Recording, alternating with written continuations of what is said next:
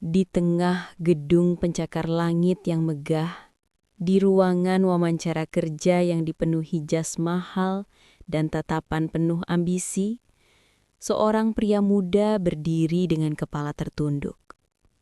Bukan karena takut gagal, bukan karena minder dengan kemiskinannya, namun karena satu permintaan yang tak pernah ada dalam buku aturan manapun.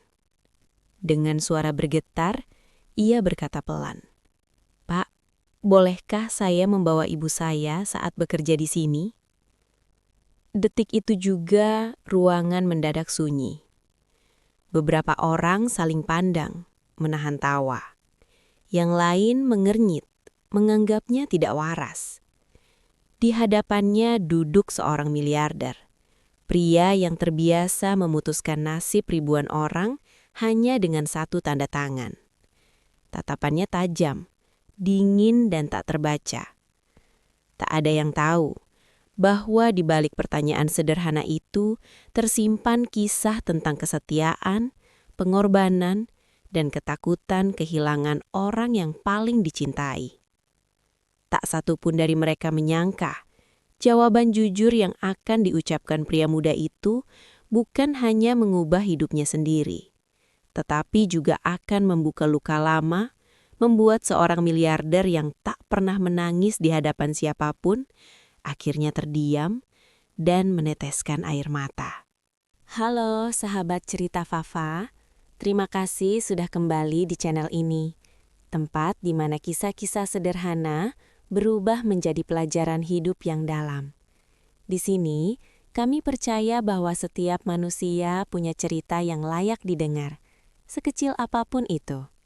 Sebelum kita masuk lebih dalam, yuk kita ramaikan dulu kolom komentarnya, serta jangan lupa untuk klik tombol like, subscribe, dan aktifkan loncengnya agar sahabat Fafa tidak ketinggalan cerita-cerita seru lainnya. Dukungan dari sahabat sangat membantu channel ini untuk terus berkembang dan menyajikan cerita-cerita menarik lainnya. Dan seperti biasa, Fafa mau absen nih. Coba tulis nama sahabat, asal kota, dan ketik kata hadir di kolom komentar bawah. Fafa pengen tahu sahabat setia Fafa dari kota mana saja. Sudah siap sahabat? Sekarang, mari kita mulai cerita ini. Pagi itu, matahari baru saja naik di balik gedung-gedung tinggi yang menjulang seperti tembok raksasa.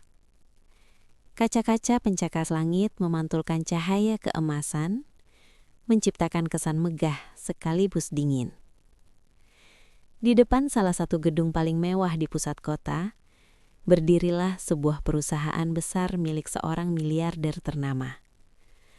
Perusahaan yang namanya dikenal luas sebagai simbol kesuksesan, kekuasaan, dan uang yang tak berseri. Di pelataran gedung itu, puluhan orang berdiri rapi. Para pria mengenakan jas hitam mengilap, sepatu kulit mengkilat, rambut disisir sempurna. Para wanita tampil anggun dengan pakaian formal, tas bermerek, dan parfum mahal yang samar tercium di udara. Mereka semua datang dengan satu tujuan yang sama, mendapatkan pekerjaan impian, pekerjaan yang bisa mengubah hidup mereka selamanya. Namun di antara kerumunan itu, ada satu sosok yang terlihat sangat berbeda. Namanya Ardi. Ia berdiri agak jauh dari pintu masuk, memegang map coklat tipis berisi beberapa lembar kertas, CV sederhana yang dicetak hitam putih di warnet dekat rumahnya. Kemeja putih yang ia kenakan sudah mulai kusam di bagian kerah. Disetrika rapi, namun tak mampu menyembunyikan usia kainnya. Celananya bukan celana kantor mahal, melainkan celana bahan yang sudah ia pakai bertahun-tahun. Hanya disikat dan disemprot sedikit pewangi murah. Sepatunya bukan sepatu pantofel mengkilap seperti milik pelamar lain. Itu sepatu hitam lama, soalnya mulai menipis, dan di bagian belakang sedikit terkelupas. Ardi sadar betul, penampilannya jauh dari kata pantas berada di tempat semewah ini. Beberapa pasang mata meliriknya sekilas. Ada yang menilai, ada yang meremehkan, Ada pula yang terang-terangan berbisik sambil menahan tawa kecil. Dia juga melamar di sini. Paling cuma iseng. Gedung begini bukan buat orang kaya dia. Ardi mendengar semuanya. Namun ia memilih diam.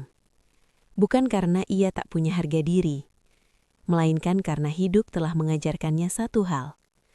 Menjawab hinaan tidak akan mengubah nasib. Ia menarik nafas panjang, mencoba menenangkan detak jantungnya yang tak beraturan. Telapak tangannya sedikit berkeringat, bukan karena gugup menghadapi wawancara, melainkan karena satu pikiran yang terus menghantuinya sejak pagi. Ibunya. Di rumah kontrakan kecil yang jaraknya hampir 2 jam dari gedung itu, ibunya pasti sedang duduk di kursi kayu dekat jendela. Menunggu, mendengarkan suara jam dinding tua, menghitung menit, berdoa dalam diam agar anak satu-satunya itu pulang dengan kabar baik. Ardi memejamkan mata sejenak. Ingatan tentang ibunya selalu datang tanpa diminta. Bu Sari, perempuan sederhana yang tubuhnya kini tak lagi sekuat dulu. Rambutnya sudah banyak memutih meski usianya belum genap 60. Sejak serangan stroke ringan 3 tahun lalu, tangan kirinya sering gemetar. Langkahnya tak lagi stabil, dan ingatannya kadang kabur. Ada hari-hari ketika ia tampak baik-baik saja.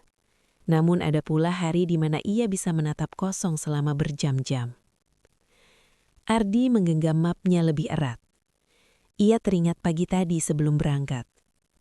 Bu Sari memaksanya sarapan, meski uang belanja hampir habis. "Jangan lupa berdoa sebelum masuk gedung," pesan ibunya sambil tersenyum lemah. "Ibu tunggu kabar baik dari kamu, Nak." Kalimat itu terdengar sederhana, namun bagi Ardi, itu seperti beban sekaligus kekuatan. Ia bukan datang ke gedung ini untuk mengejar mimpi besar, jabatan tinggi, atau gaji fantastis. Ia datang karena keharusan. Keharusan untuk bertahan hidup, membayar sewa rumah, membeli obat, dan yang terpenting adalah menemani ibunya tanpa harus meninggalkannya sendirian terlalu lama. Nama Ardi dipanggil oleh petugas keamanan. "Pelamar berikutnya, silahkan masuk." Langkahnya terasa berat saat melewati pintu putar kaca yang dingin. Begitu masuk ke dalam gedung, udara AC langsung menyergap, menusuk kulitnya yang terbiasa dengan panas jalanan. Lantai marmer menggilap memantulkan bayangannya. Bayangan seorang pria sederhana yang tampak kecil di tengah kemewahan. Ia menaiki lift bersama beberapa pelamar lain. Tak satu pun menyapanya. Semua sibuk memeriksa ponsel, merapikan dasi, atau mengulang jawaban wawancara di dalam hati. Ardi hanya berdiri diam, menatap angka lift yang bergerak naik perlahan. Lantai demi lantai dilewati. Setiap detik terasa seperti ujian kesabaran. Di dalam kepalanya, Ardi bergumul dengan satu pertanyaan yang belum ia temukan jawabannya. Haruskah ia mengatakan permintaan itu hari ini? Permintaan yang mungkin terdengar konyol. Permintaan yang bisa membuatnya langsung ditolak. Namun jika ia tidak mengatakannya sekarang, kapan lagi? Lift berhenti di lantai wawancara. Pintu terbuka. Ardi melangkah keluar ke lorong panjang dengan dinding kaca dan lampu putih terang. Di ujung lorong, terpampang logo besar perusahaan. Nama yang sering ia dengar di berita, simbol kesuksesan seorang miliarder bernama Surya Wijaya. Di balik pintu ruang wawancara, di situ duduklah beberapa orang dengan wajah serius. Di tengahnya, seorang pria paruh badan dengan jas mahal, wajah tegas, dan mata yang menyimpan wibawa. Itulah Pak Surya, sang miliarder. Tatapan mereka semua tertuju pada Ardi. Tak satu pun dari mereka tahu bahwa pria sederhana yang berdiri di hadapan mereka pagi itu akan mengubah bukan hanya nasibnya sendiri, tetapi juga cara pandang seorang miliarder terhadap arti keluarga dan penyesalan. Dan semua itu akan bermula dari satu kalimat yang sebentar lagi akan keluar dari mulut Ardi. Jika ada satu hal yang paling Ardi takuti dalam hidupnya, itu bukan kemiskinan, bukan juga kegagalan, melainkan kesunyian. Kesunyian rumah tanpa suara ibunya. Bu Sari adalah satu-satunya keluarga yang Ardi miliki. Sejak ayahnya meninggal 21 tahun lalu akibat kecelakaan kerja di pelabuhan, dunia Ardi seolah runtuh sebelum sempat ia pahami. Saat itu Ardi masih duduk di bangku kelas 1 SD. Ia tak mengerti arti kematian, namun ia mengerti satu hal. Sejak hari itu, ibunya menangis hampir setiap malam. Bu Sari tak pernah menikah lagi, bukan karena tak ada yang mau, tetapi karena ia memilih bertahan untuk satu alasan, anaknya. Ia bekerja apa saja, mencuci pakaian tetangga, menjadi pembantu harian, menjual gorengan di depan rumah kontrakan kecil mereka. Ardi tumbuh dengan pemandangan punggung ibunya yang selalu membungkuk, tangan yang kasar karena sabun dan minyak panas, serta wajah lelah yang selalu berubah menjadi senyum setiap kali melihatnya pulang sekolah. "Ibu capek nggak?" tanya Ardi kecil suatu sore. Bu Sari mengusap rambutnya. "Kalau kamu kenyang dan sekolah, capek ibu hilang." Kalimat itu tertanam dalam-dalam di hati Ardi, bahkan hingga dewasa. Waktu berjalan. Ardi lulus SMA, lalu langsung bekerja. Ia ingin kuliah, namun ia tahu kondisi mereka tak memungkinkan. Setiap rupiah harus dihitung. Setiap keputusan harus berpihak pada kebutuhan. Ia bekerja sebagai kuli bangunan, buruh gudang, pengantar barang, apa saja yang bisa menghasilkan uang halal. Ia tak pernah memilih pekerjaan. Yang penting, pulang membawa beras dan obat. Namun takdir kembali menguji mereka 3 tahun lalu. Hari itu, Bu Sari terjatuh di dapur. Ardi menemukannya tergeletak di lantai saat pulang kerja. Wajah ibunya pucat, bicaranya pelo, dan tangan kirinya tak bisa digerakkan dengan baik. "Stroke ringan," kata dokter. "Kalau telat dibawa bisa lebih parah," ucap dokter dengan wajah serius. Sejak hari itu hidup mereka berubah. Bu Sari memang selamat. Ia masih bisa berbicara, masih bisa tersenyum. Namun tubuhnya tak lagi sama. Ia cepat lelah, mudah lupa, dan tak boleh dibiarkan sendirian terlalu lama. Ada hari-hari ketika ia baik-baik saja, memasak nasi, menyapu halaman kecil, namun ada pula hari di mana ia bisa lupa menutup kompor, lupa minum obat, atau tiba-tiba menangis tanpa sebab. Ardi mulai mengenal rasa takut yang baru. Takut meninggalkan rumah, takut pulang terlambat, takut menerima pekerjaan jauh. Ia pernah mencoba bekerja di luar kota. Gajinya lumayan, namun baru 3 minggu, tetangga menelponnya panik. Bu Sari jatuh di kamar mandi. Sejak itu, Ardi tak pernah lagi mengambil pekerjaan yang memaksanya pergi lama. "Ibu nggak apa-apa, Nak. Jangan batasi hidup kamu," kata Bu Sari suatu malam. Namun Ardi hanya tersenyum dan menjawab pelan, "Dunia Ardi ya di sini, Bu." Kontrakan mereka kecil. 2 petak, cat dinding mengelupas, atap bocor saat hujan deras. Namun bagi Ardi, tempat itu adalah rumah, karena di sanalah ibunya berada. Setiap pagi Ardi selalu memastikan obat ibunya sudah diminum. Ia menyiapkan air hangat, menyuapi jika tangan kiri ibunya terlalu gemetar. Ia menempelkan kertas kecil di dinding dapur, pengingat jam makan, jam obat, nomor teleponnya.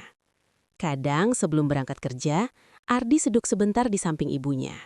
"Kalau Ardi pulang, ibu masih di sini ya?" Bu Sari tertawa kecil.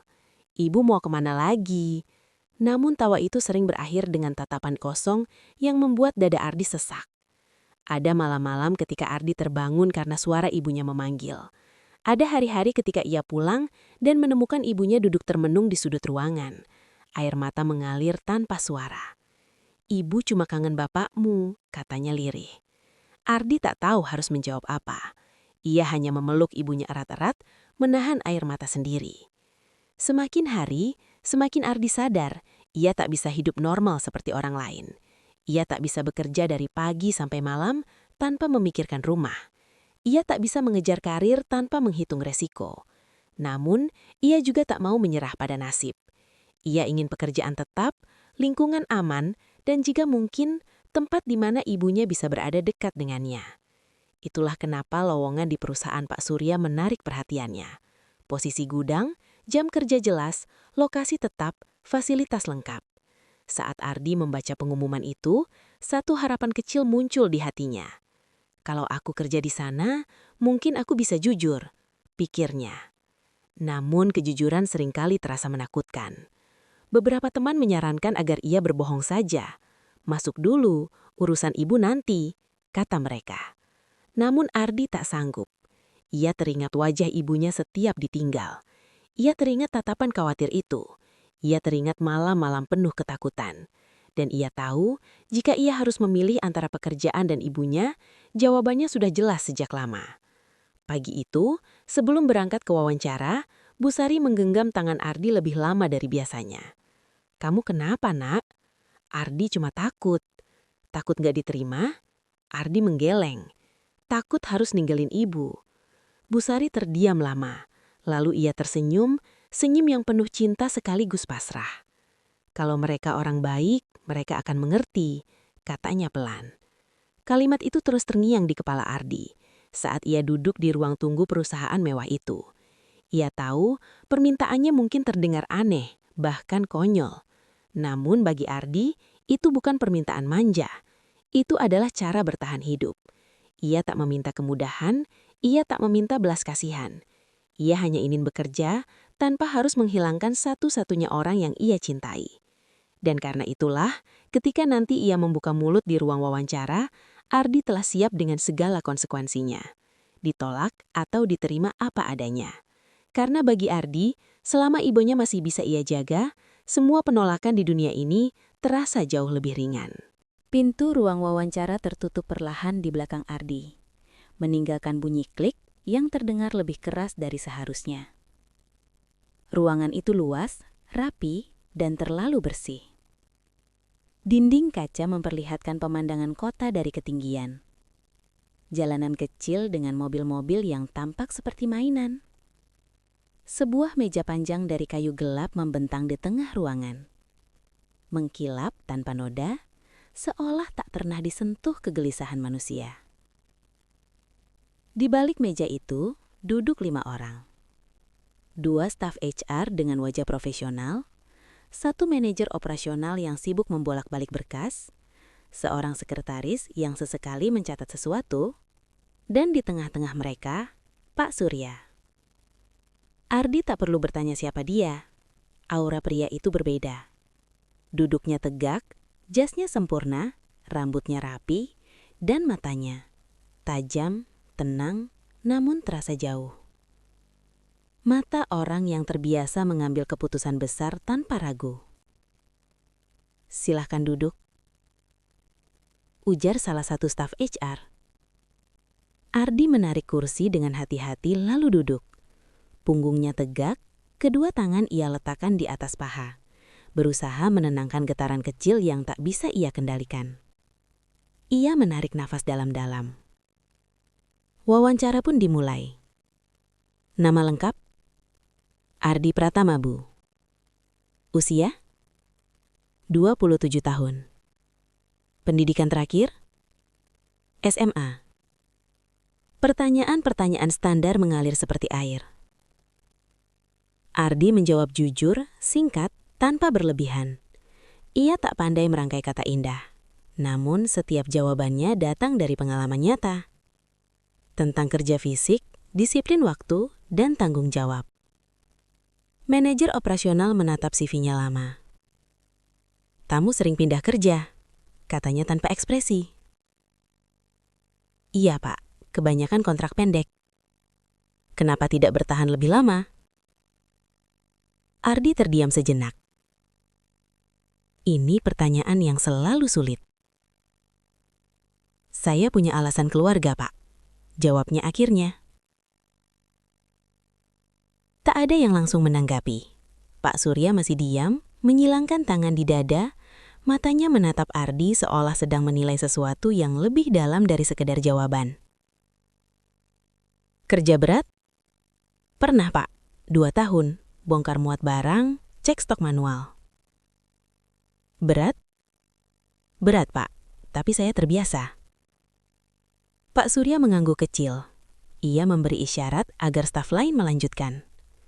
Pertanyaan soal jam kerja, kesiapan lembur, tekanan target, semua dijawab Ardi tanpa ragu. Namun di dalam hatinya, Ardi tahu, bagian terberat belum dimulai. Semakin lama wawancara berlangsung, semakin cepat detak jantungnya. Bukan karena takut gagal, melainkan karena satu kalimat yang terus menunggu di ujung lidahnya. Kalimat yang bisa mengakhiri semua ini dalam sekejap. Staf HR menutup map CV.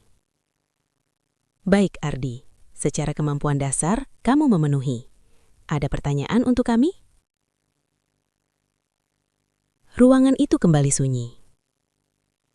Inilah saatnya. Ardi merasakan telapak tangannya basah oleh keringat. Ia menelan ludah. Sekilas ia teringat wajah ibunya pagi tadi. Cara ibunya menyeringai sambil menahan cemas. Ia teringat suara lembut yang berkata, "Kalau mereka orang baik, mereka akan mengerti." Ia mengangkat wajahnya. "Pak, Bu." Suaranya sedikit bergetar. Ia berhenti sejenak, mengatur nafas. Ada satu hal yang ingin saya sampaikan. Beberapa orang saling pandang. Pak Surya mengangguk pelan. Silahkan. Ardi menarik nafas lebih dalam. Kalau saya diterima bekerja di sini, ia berhenti lagi. Ruangan terasa semakin sempit. Bolehkah saya membawa ibu saya saat bekerja di sini? Kalimat itu akhirnya keluar. Dan seketika, waktu seperti berhenti.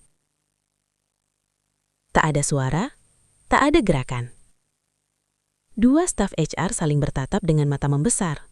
Manajer operasional mengerunyit, seolah tak yakin ia mendengar dengan benar. Sekretaris berhenti menulis, pena menggantung di udara. Lalu terdengar suara tawa kecil, tertahan, canggung. Maaf? Salah satu staf HR bertanya, memastikan. Bisa diulangi? Ardi mengangguk. Kali ini suaranya lebih jelas, meski hatinya bergetar. Saya ingin membawa ibu saya. Beliau sakit. Saya tidak bisa meninggalkan beliau terlalu lama sendirian. Hening kembali menyelimuti ruangan. Kali ini lebih berat.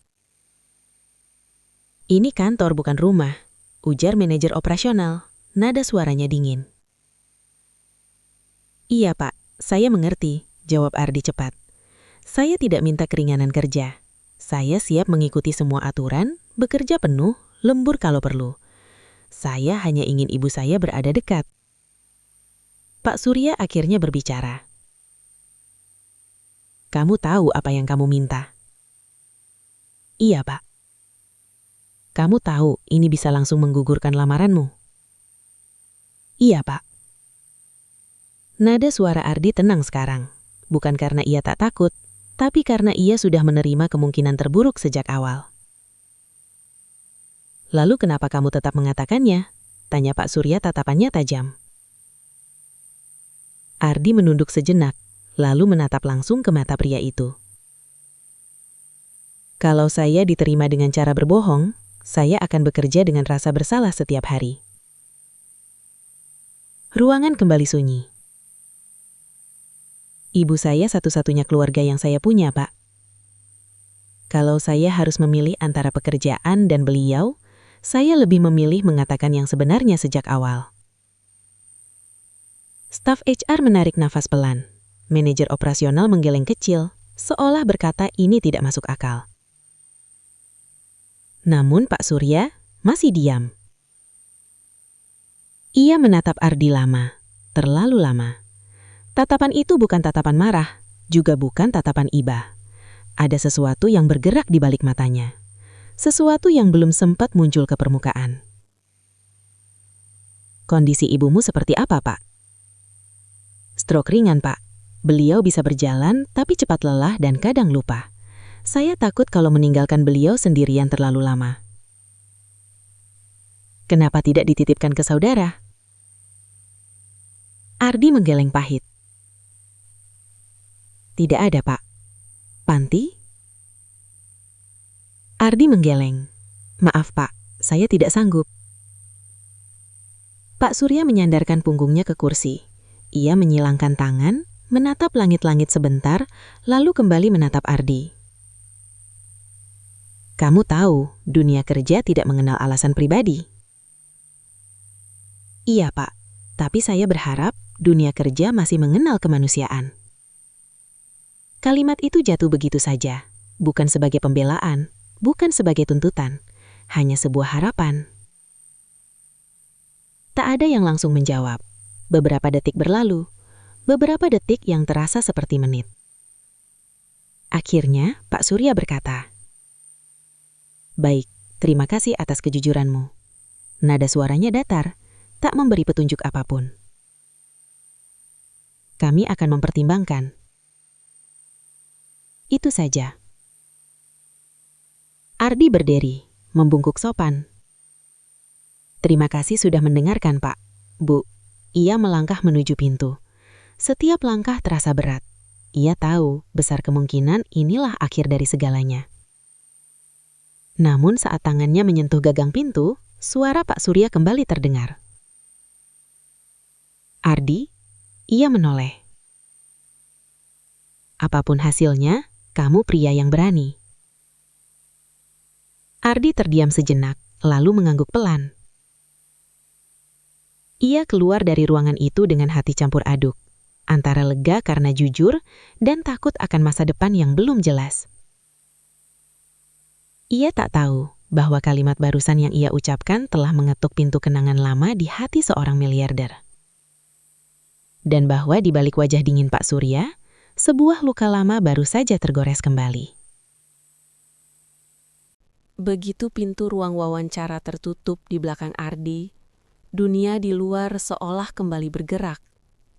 Suara langkah kaki, denting lift, dan bisik-bisik para pelamar memenuhi lorong panjang yang dingin. Namun bagi Ardi, semua itu terdengar jauh, seolah ia berjalan di dalam air. Ia melangkah pelan menuju kursi tunggu. Baru saja ia duduk, dua pelamar yang tadi menunggu giliran langsung melirik ke arahnya. Tatapan mereka bukan tatapan penasaran, melainkan tatapan yang sulit disembunyikan. Campuran heran dan meremehkan. Itu dia orangnya, bisik seseorang, cukup keras untuk terdengar. Yang mau bawa ibunya ke kantor. Tawa kecil terdengar, pelan namun tajam. Ardi menunduk. Ia tidak marah, tidak juga tersinggung. Ada rasa lain yang lebih berat di dadanya. Rasa lelah. Lelah harus terus menjelaskan sesuatu yang baginya begitu sederhana, namun bagi dunia terasa aneh. Ia memejamkan mata sejenak.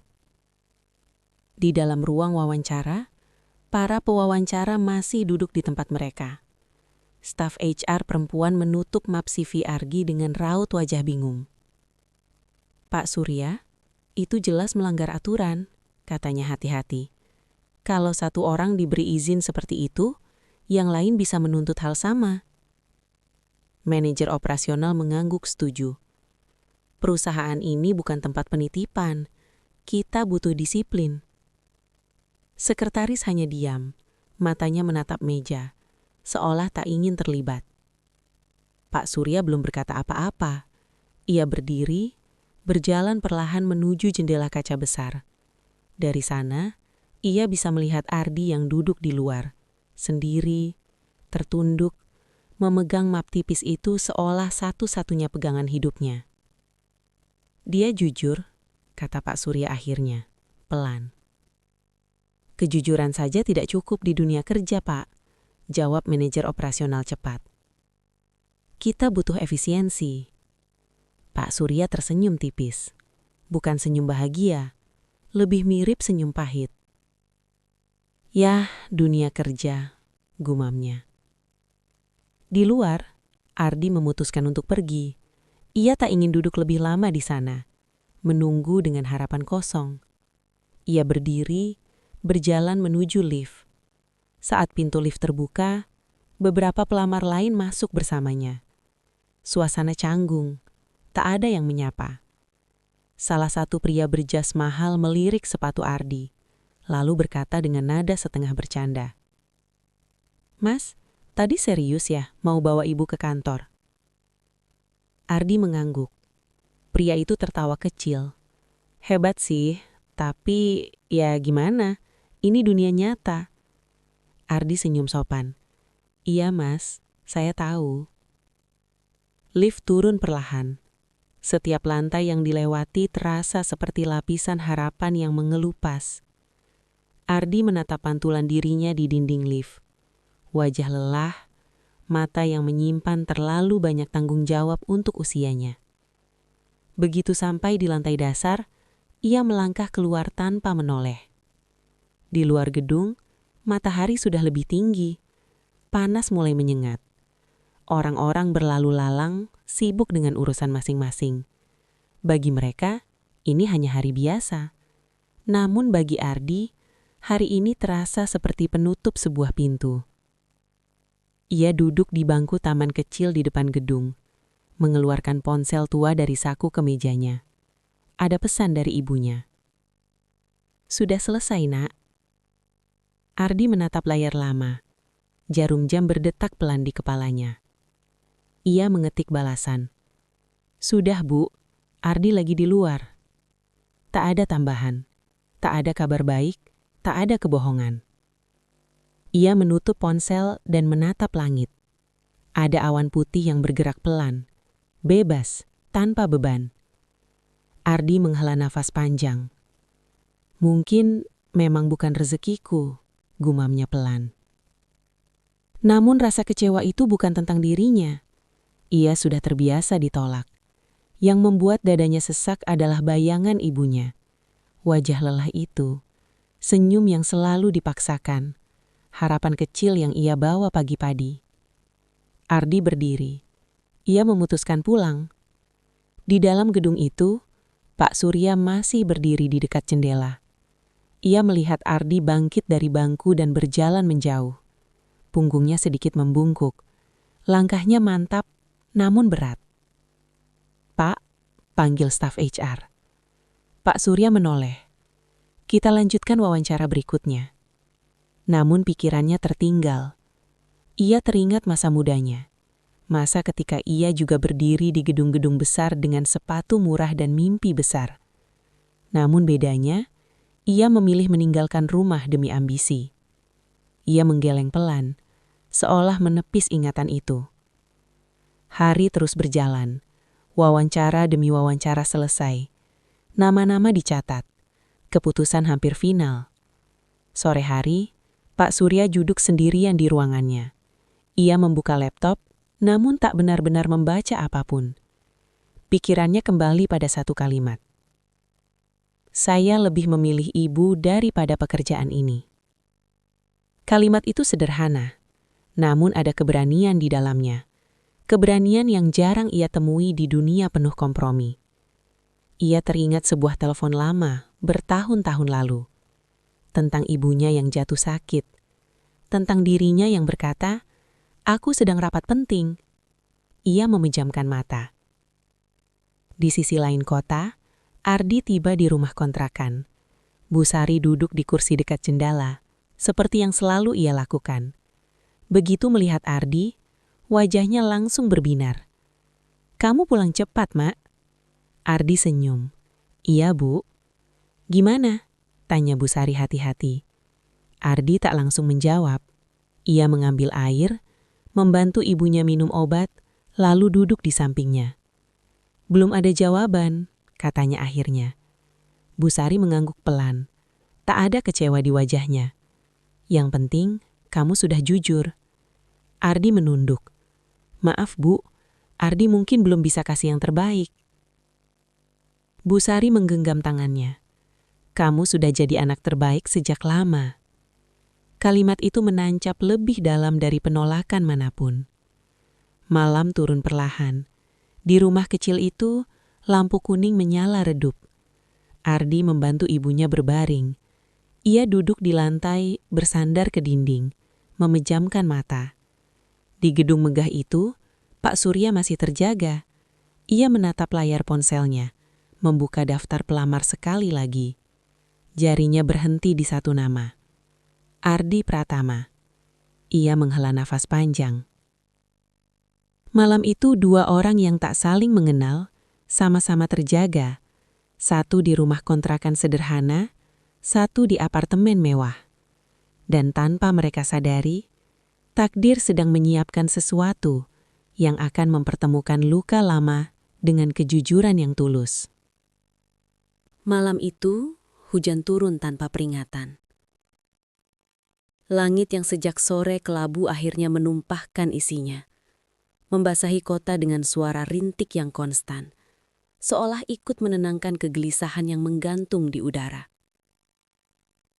Di lantai atas gedung pencakar langit itu, lampu ruang kerja Pak Surya masih menyala, terlalu terang untuk malam yang seharusnya beristirahat. Pak Surya duduk sendirian di kursi kulit mahalnya. Di hadapannya, secangkir kopi telah dingin. Laptop terbuka, menampilkan laporan keuangan bernilai miliaran. Angka-angka yang biasanya mampu membuatnya lupa waktu. Namun malam ini, matanya tak benar-benar membaca apapun. Pikirannya tertambat pada satu wajah. Wajah pria muda dengan kemeja kusam dan mata jujur itu. Ardi. Pak Surya menutup laptop perlahan. Ia menyandarkan punggung ke kursi, menatap langit-langit, lalu menghembuskan nafas panjang. Nafas yang terasa berat, seolah keluar dari kedalaman dada yang selama ini terkunci rapat. Ia tak ingat kapan terakhir kali merasa seperti ini. Terusik, tidak nyaman, terganggu oleh satu kalimat sederhana. Kalau saya harus memilih, saya lebih memilih ibu daripada pekerjaan ini. Kalimat itu terus mengiang, berulang-ulang seperti rekaman rusak yang tak bisa dimatikan. Pak Surya berdiri. Ia berjalan ke jendela besar yang menghadap kota. Dari ketinggian, lampu-lampu jalan tampak seperti titik-titik kecil yang bergetar di balik hujan. Kota itu hidup, bergerak, tak peduli pada siapapun yang lelah di dalamnya. Namun, ingatan Pak Surya tak berada di sana. Ia kembali ke puluhan tahun lalu. Dulu, Pak Surya juga pernah menjadi anak miskin. Ibunya, seorang perempuan sederhana yang bekerja sebagai penjahit rumahan, membesarkannya sendirian setelah ayahnya pergi tanpa kabar. Ibunya sering bekerja sampai larut malam, menjahit pakaian pesanan tetangga dengan mesin tua yang suaranya berisik. Belajar yang rajin, Surya, biar kamu gak hidup susah seperti ibu. Dan Surya menuruti. Ia belajar keras, terlalu keras. Ia mengejar beasiswa, mengejar nilai, mengejar peluang. Ketika kesempatan kerja di kota besar datang, ia mengambilnya tanpa ragu, meski itu berarti meninggalkan ibunya sendirian di rumah kecil mereka. Ibu baik-baik saja, kata ibunya sambil tersenyum meski matanya menyimpan kekhawatiran. Kejar mimpimu. Surya pergi. Tahun demi tahun berlalu. Karirnya meloset. Ia sibuk. Terlalu sibuk untuk pulang. Terlalu sibuk untuk menelpon. Terlalu sibuk untuk mendengar keluhan kecil yang mungkin ia anggap sepele. Sampai suatu hari sebuah telepon datang saat ia berada di ruang rapat penting. Pak Surya, ibu Anda masuk rumah sakit. Ia menutup telepon itu dengan cepat. Reschedule, aku sedang rapat. Ia datang, terlambat. Ibunya meninggal sendirian, tanpa genggaman tangan anaknya, tanpa ucapan selamat tinggal. Sejak hari itu, Surya membenci dua hal, kenangan dan kelemahan. Ia membangun dinding tinggi di sekeliling hatinya, menjadi dingin, tegas, tak tersentuh, hingga hari ini. Pak Surya membuka mata. Nafasnya berat, dadanya terasa sesak, perasaan yang sudah lama tak ia kenal. Ia berbalik, menekan tombol interkom. Tolong panggilkan Ardi Pratama, sekarang. Di sisi lain kota, Ardi baru saja membantu ibunya berbaring. Hujan menetes dari atap bocor ke ember plastik. Rumah kecil itu dipenuhi bau tanah basah dan obat-obatan. Ponselnya bergetar.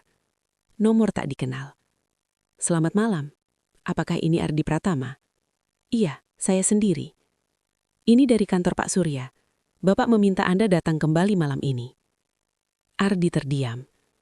Jantungnya berdegup keras. "Apakah ada yang salah?" tanyanya hati-hati. "Bapak hanya meminta Anda datang. Sekarang." Telepon terputus. Ardi menatap telepon itu lama.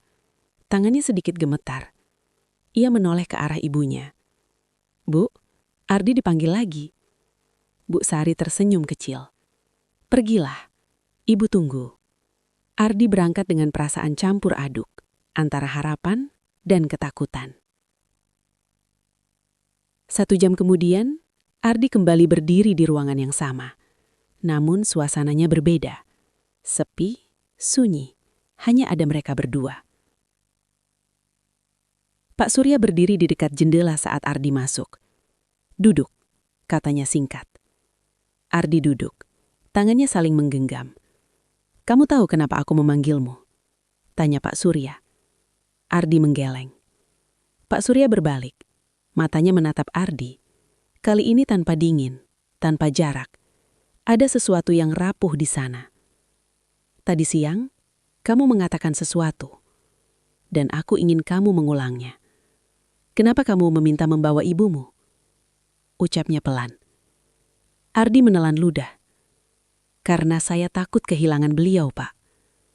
"Takut seperti apa?" "Takut pulang dan rumah sudah kosong," jawab Ardi jujur. "Takut menyesal karena memilih uang daripada waktu." Kalimat itu menghantam. Pak Surya menutup mata sejenak. Bahunya naik turun berusaha menahan sesuatu yang tak ingin keluar. "Kamu tahu berapa banyak orang yang datang ke ruangan ini dengan kebohongan?" katanya lirih. "Mereka siap mengatakan apa saja demi pekerjaan."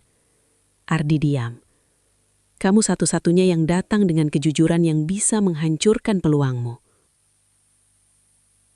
Hening. Lalu, tanpa peringatan, air mata jatuh dari mata Pak Surya. 1, lalu 2. Ia berpaling, mencoba menyembunyikannya. Namun Ardi melihat.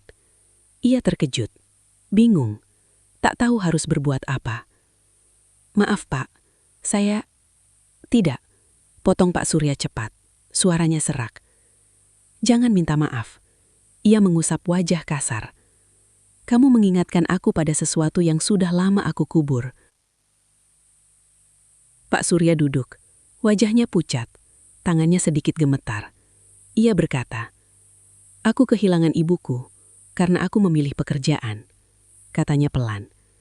"Dan tidak ada satu hari pun aku menyesalinya." Ardi terdiam. Dadanya terasa sesak. "Aku membangun perusahaan ini dengan harga yang terlalu mahal." Air mata kembali jatuh. Kali ini tak ia sembunyikan. Untuk pertama kalinya dalam puluhan tahun, Pak Surya menangis di hadapan orang lain. Dan Ardi hanya duduk di sana, menyadari satu hal besar. Kejujuran kecilnya telah membuka luka yang belum pernah sembuh. Ruangan itu kembali sunyi. Bukan sunyi yang canggung seperti saat wawancara, melainkan sunyi yang berat. Sunyi yang dipenuhi kenangan, penyesalan dan emosi yang akhirnya menemukan celah untuk keluar. Ardi masih duduk di kursinya. Tubuhnya kaku, pikirannya penuh kebingungan. Ia tak pernah membayangkan akan melihat seorang miliarder, pria yang namanya sering muncul di berita bisnis, menangis di hadapannya.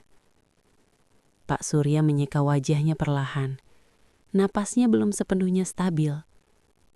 "Maaf," katanya lirih, hampir seperti berbicara pada dirinya sendiri. "Sudah lama aku tidak membiarkan diriku mengingat hal-hal ini." Ardi menggeleng cepat. "Tidak apa-apa, Pak." Namun Pak Surya tersenyum pahit. "Tidak, Sebenarnya ini sudah terlalu lama disimpan. Ia bangkit dari kursinya dan berjalan pelan menuju rak buku besar di sudut ruangan. Jari-jarinya menyusuri punggung buku-buku tebal, biografi, laporan, penghargaan. Ia berhenti di sebuah bingkai foto kecil yang hampir tersembunyi di balik deretan buku. Ia mengangkatnya.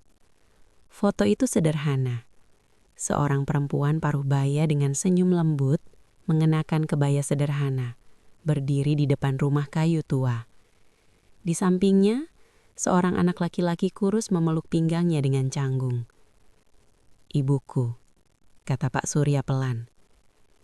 Ardi menatap foto itu dengan hati-hati, seolah sedang melihat sesuatu yang sakral. "Ibuku membesarkanku sendirian," lanjut Pak Surya. "Menjahit siang malam, kadang sampai tertidur di depan mesin jahit." Ia tertawa kecil, tawa yang tak mengandung kebahagiaan. "Waktu kecil aku sering marah. Marah karena sepatu bolong, karena baju tak pernah baru. Aku bersumpah, suatu hari aku akan hidup berbeda." Pak Surya meletakkan foto itu kembali. Ia duduk di tepi meja, menatap lantai. "Aku mengejar itu semua, dan aku berhasil," katanya lirih. "Uang, jabatan, pengaruh." Ia menoleh ke arah Ardi. "Tapi aku gagal pada satu hal paling dasar, menjadi anak." Kata-kata itu jatuh berat. Ardi menunduk. Ia tak berani menyela. Ia tahu, ini bukan saatnya bicara. Ini saatnya mendengar. Pak Surya kembali berbicara. Suaranya pelan namun jelas. "Selalu berkata pada diriku sendiri, nanti pulang, nanti menelpon, nanti menemani ibu." Ia menggeleng pelan. Dan suatu hari, tidak ada lagi nanti. Tangannya mengepal, matanya kembali berkaca-kaca.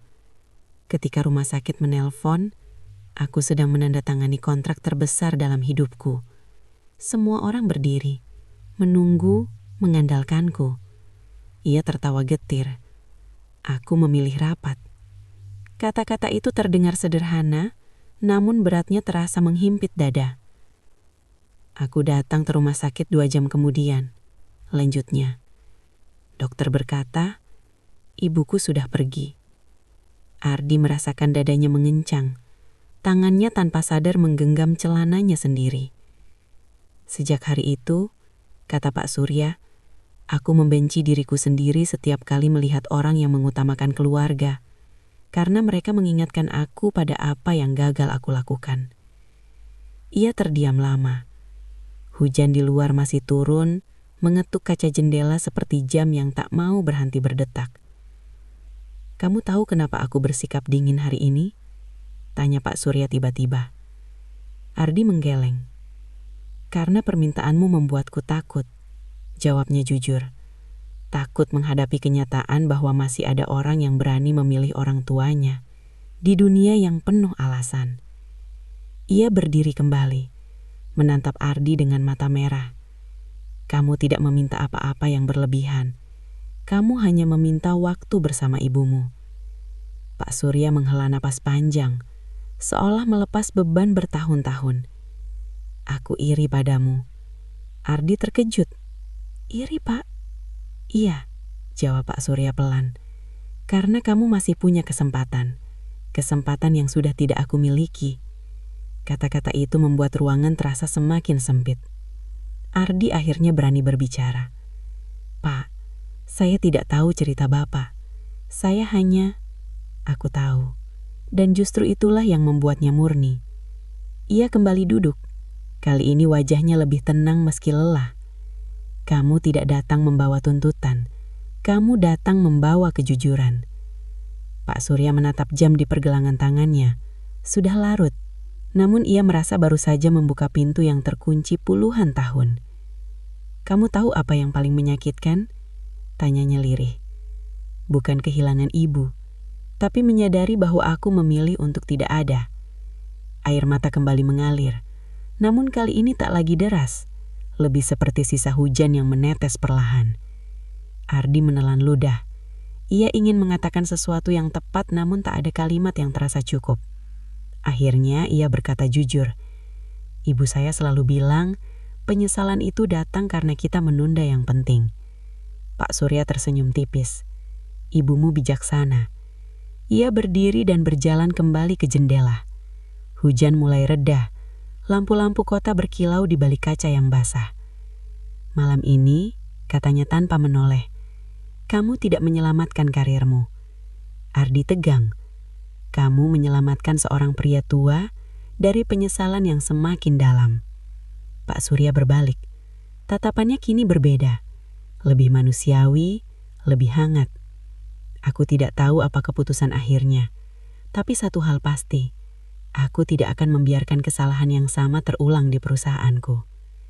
Ardi merasakan dadanya bergetar, bukan karena harapan, melainkan karena perasaan yang sulit dijelaskan. Seperti melihat luka orang lain dan menyadari bahwa hidup tak pernah hitam putih. Pak Surya mengambil napas dalam. Kamu boleh pulang sekarang, katanya lembut. Besok kita bicara lagi. Ardi berdiri, membungkuk sopan.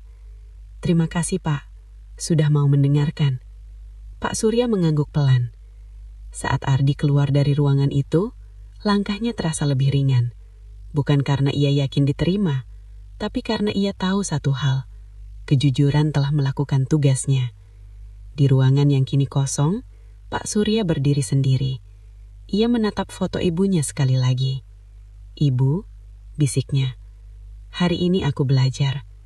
Dan untuk pertama kalinya setelah bertahun-tahun, hatinya terasa sedikit lebih lega. Ruangan kerja itu kembali sunyi. Bukan sunyi yang canggung seperti sebelumnya, melainkan sunyi yang berat, seolah udara di dalamnya ikut menahan nafas.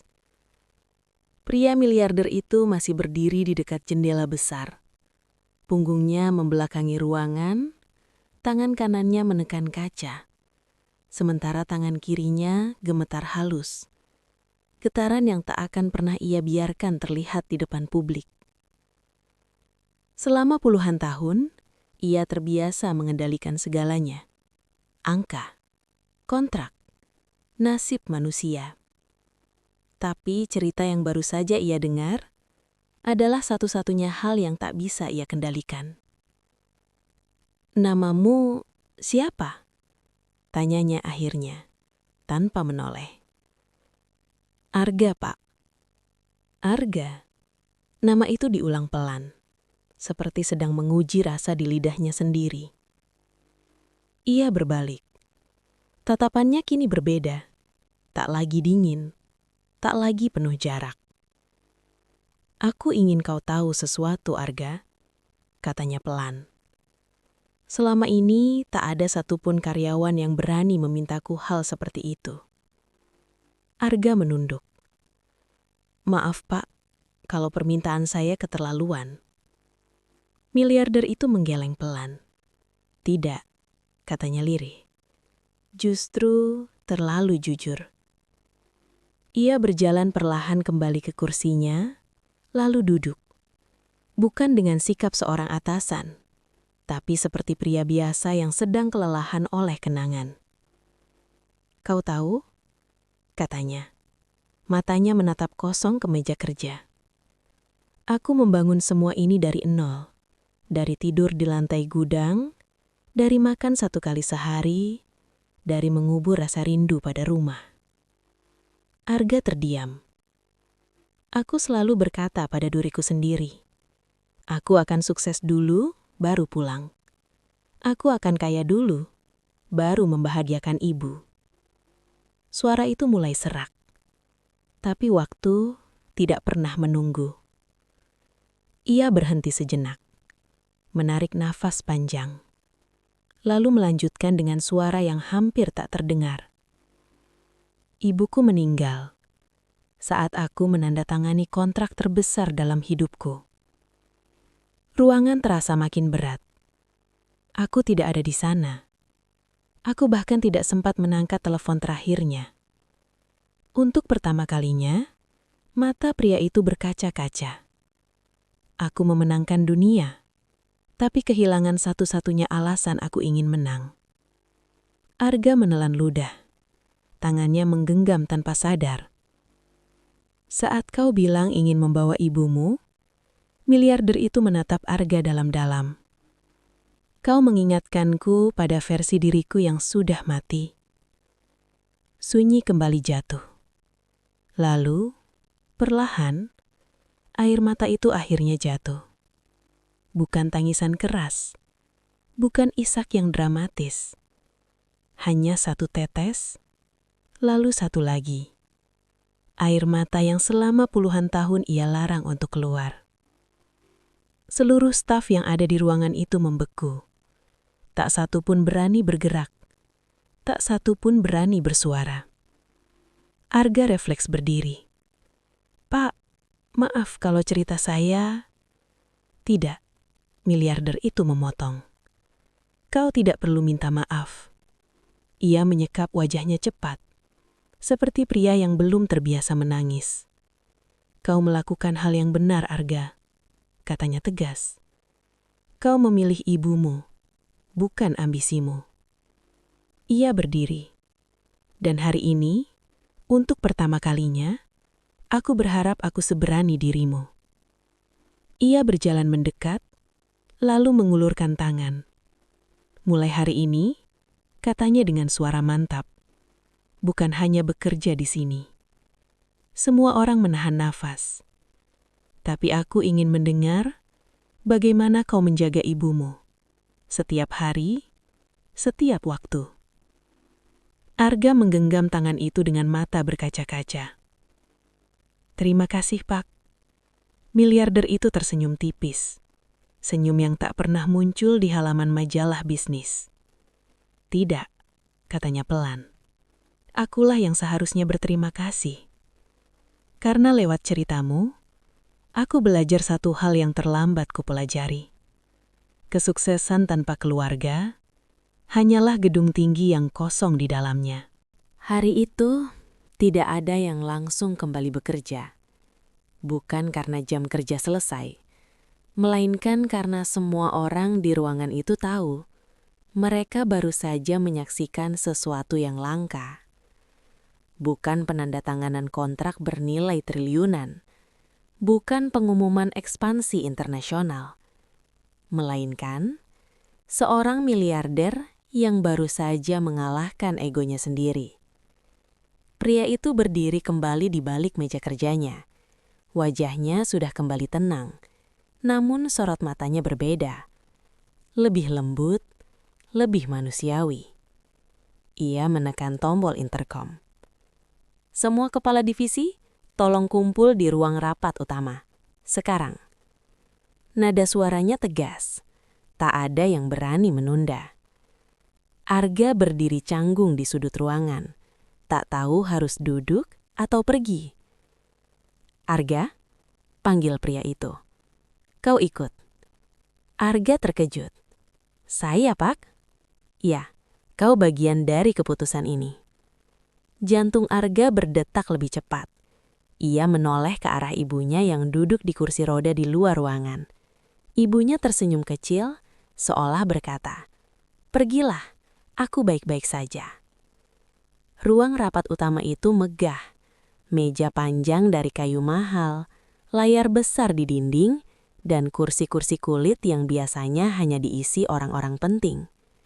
Hari itu, kursi di ujung meja itu diisi oleh seorang pemuda sederhana yang datang dengan satu niat menjaga ibunya.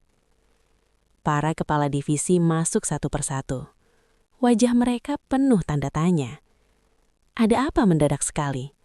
Apakah ada masalah besar? Atau proyek baru? Tak ada yang berani bertanya keras-keras. Miliarder itu berdiri di depan. Sebelum kita mulai, katanya, aku ingin kalian mendengar sebuah cerita. Semua saling pandang. Ia menunjuk Arga. Pemuda ini hari ini melamar kerja di perusahaan kita. Tapi bukan itu yang penting. Ia berhenti sejenak. Yang penting adalah alasan kenapa ia ingin bekerja di sini.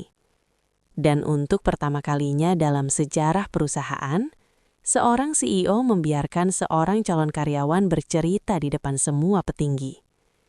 Dengan suara gemetar namun jujur, Arga menceritakan kembali kisahnya. Tentang ibunya, tentang penyakitnya, tentang ketakutannya kehilangan satu-satunya keluarga. Tak ada dramatisasi, tak ada air mata yang dipaksa. Hanya kejujuran mentah. Saat Arga selesai, ruangan itu sunyi. Seorang kepala divisi akhirnya angkat bicara. "Pak, dengan segala hormat," katanya hati-hati. "Perusahaan ini punya aturan ketat. Membawa keluarga ke tempat kerja bisa jadi presiden berbahaya." Beberapa orang mengangguk setuju. Produktivitas bisa terganggu. Keamanan perusahaan dipertaruhkan. Ini bisa jadi celah tuntutan hukum. Miliarder itu mendengarkan, tak memotong, tak membantah. Lalu ia berkata pelan, "Kalian semua benar." Ruangan sedikit lega. Tapi kalian lupa satu hal. Ia menatap satu persatu wajah di hadapannya. "Kita membangun perusahaan ini untuk apa?" Tak ada yang menjawab. "Untuk uang, kita sudah punya lebih dari cukup. Untuk kekuasaan, itu hanya bonus." Ia menarik napas panjang. "Aku membangun perusahaan ini karena dulu aku ingin ibuku hidup lebih baik." Suara itu kembali berat. Tapi saat aku sibuk membangun mimpi, aku kehilangan orang yang paling berharga. Beberapa orang mulai menunduk. "Hari ini," katanya tegas, "aku tidak ingin perusahaan ini menjadi alasan orang lain kehilangan keluarganya." Ia menekan tombol di meja. Layar besar menyala. Judulnya muncul. Kebijakan baru perusahaan, program kemanusiaan karyawan. Semua terkejut. Mulai hari ini, perusahaan ini akan menyediakan ruang khusus bagi karyawan yang harus merawat orang tua, pasangan, atau keluarga inti yang sakit. Bisik-bisik langsung terdengar. Kita akan sediakan fasilitas medis dasar, jam kerja fleksibel, dan evaluasi berbasis hasil bukan jam duduk. Salah satu kepala divisi terbelalak. "Pak, ini akan mengubah sistem kerja kita secara total." "Benar," jawabnya mantap. "Dan aku siap dengan konsekuensinya." Ia menoleh ke Arga. "Dan untukmu, Arga?" Arga tahan napas. "Kau resmi diterima bekerja di sini." Air mata langsung menggenang di mata Arga. Tapi bukan karena belas kasihan, melainkan karena keberanianmu mengingatkanku bahwa manusia bukan mesin. Ia berdiri, lalu berkata dengan suara yang menggema di ruangan itu. "Jika perusahaan ini hanya bisa berdiri dengan mengorbankan cinta dan keluarga, maka perusahaan itu tidak pantas berdiri." Tak ada yang bertepuk tangan, tak ada yang bersorak. Namun banyak yang menunduk, menyekap mata mereka diam-diam. Hari itu, aturan berubah, budaya berubah, dan bagi banyak orang di ruangan itu, cara mereka memandang hidup pun berubah. Sementara di luar ruangan, seorang ibu tua menunggu dengan sabar, tanpa tahu bahwa pengorbanannya baru saja mengubah nasib ratusan keluarga lain. Waktu berjalan. Dan seperti semua hal yang sungguh berarti dalam hidup, perubahan besar itu tidak datang dengan suara keras. Ia datang perlahan, namun meninggalkan jejak yang dalam. Beberapa bulan setelah hari itu, perusahaan yang dulu dikenal dingin dan kaku, berubah menjadi tempat yang tak lagi hanya mengejar angka. Di salah satu lantai, sebuah ruangan baru berdiri. Ruang yang hangat, bersih, dan tenang. Di sana ada kursi nyaman, cahaya lembut, dan perawat yang siap membantu. Ruangan itu bukan diberi nama investor besar, bukan pula nama gedung prestisius. Di pintunya hanya tertulis sederhana, "Ruang Kemanusiaan." Arga kini bekerja di divisi operasional. Bukan posisi tinggi, bukan pula pekerjaan ringan. Namun setiap pagi, ia datang dengan hati yang utuh. Ia mendorong kursi roda ibunya menyusuri koridor, menyapanya dengan senyum, lalu bekerja dengan fokus yang tak pernah ia miliki sebelumnya. Ibunya sering duduk di dekat jendela, membaca buku kecil, atau hanya memandangi langit kota. "Kerjamu yang rajin, Nak. Jangan khawatirkan ibu," katanya suatu hari. Argas tersenyum. "Justru karena ibu di sini, aku bisa bekerja dengan tenang." Produktivitas Arga meningkat, bukan karena tekanan, melainkan karena ketenangan. Dan ia bukan satu-satunya. Seorang karyawan lain membawa ayahnya yang stroke, yang lain merawat istrinya yang menjalani kemoterapi. Ada pula yang menjaga anaknya yang berkebutuhan khusus. Perusahaan itu tak runtuh seperti yang ditakutkan. Justru, ia tumbuh lebih kuat. Tingkat pergantian karyawan menurun drastis. Loyalitas meningkat. Dan yang paling mengejutkan, kinerja keuangan tetap stabil, bahkan naik. Para analis heran. Media mulai meliput.